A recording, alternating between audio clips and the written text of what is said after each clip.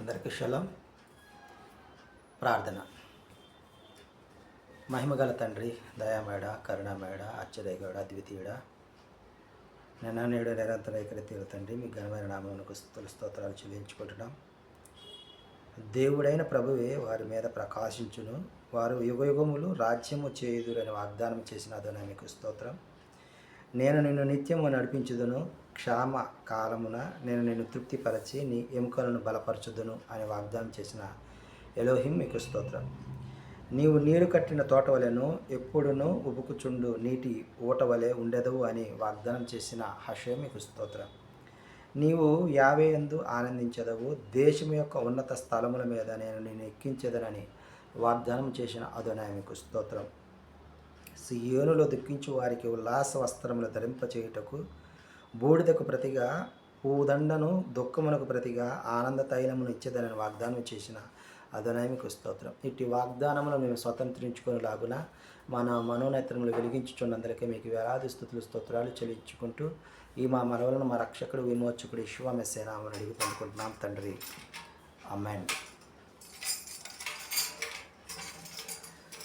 నా ప్రార్థనలను ఆలించువాడవు, ప్రార్థనలన్నీ నెరవేర్చువాడవు.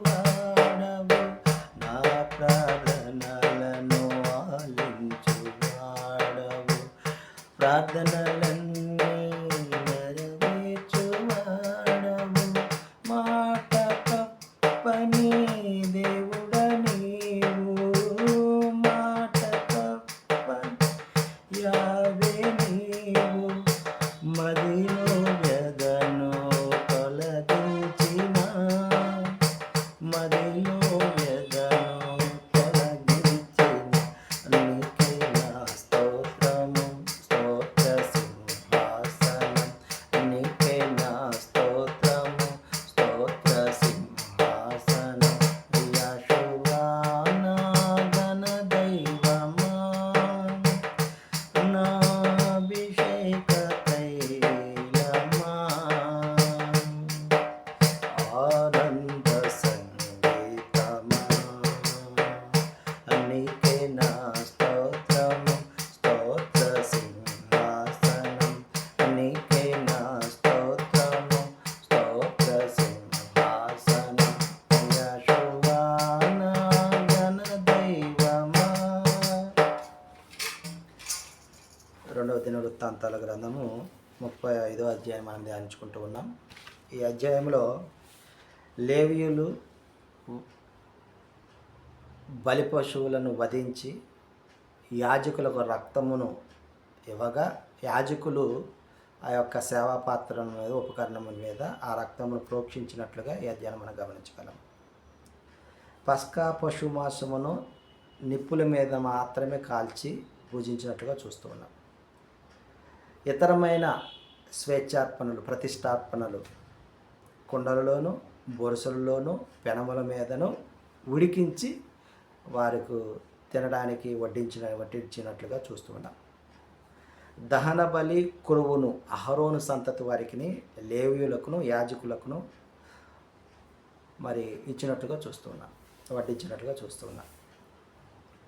ఐగుప్తు రాజైన నెకో యూఫ్రటీస్ నది యొద్ద ఉన్న కర్మెమీషు మీదికి దండెత్తటానికి వెళ్తున్న సమయంలో రాజైన యోషియా ఈ యొక్క మరి నెకో రాజు మీదికి దండెత్తడానికి వెళ్తున్న విషయాన్ని గమనించి నెకో ముందుగానే యోషియాకి రాయబారులను పంపి, అయ్యా, నా శత్రువుల మీదకే నేను వెళ్తాను, కానీ నా మిత్రులైనా లేకుంటే నాతో ఎలాంటి మరి శత్రుతనం లేకుండా ఉన్న వారితో నేను ఈ యుద్ధానికి వెళ్ళినట్టుగా ఇప్పటివరకు దాఖలా లేవు.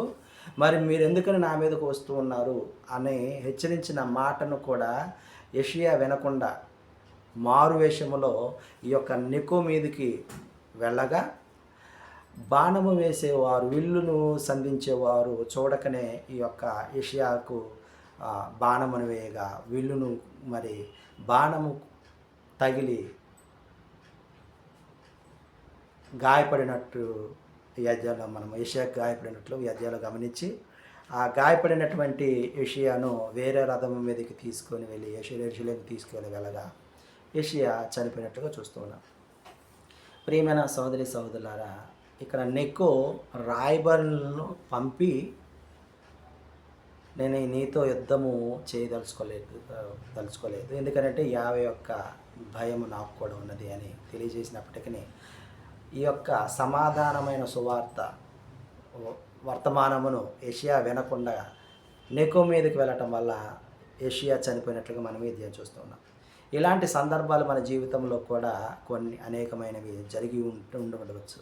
ఈ దినము కూడా మనము ఇలాంటి సందేశాన్ని వింటున్న మనము యావే యొక్క మాటను, అంటే సమాధానపరచడానికి వచ్చిన వారి మాటను మనము అంగీకరించినట్లయితే మన ప్రాణాపాయ స్థితి నుంచి మనం తప్పించుకోగలమని ఈ దినం నీతో నాతో మనందరితో మాట్లాడుచు ఉన్నాడు.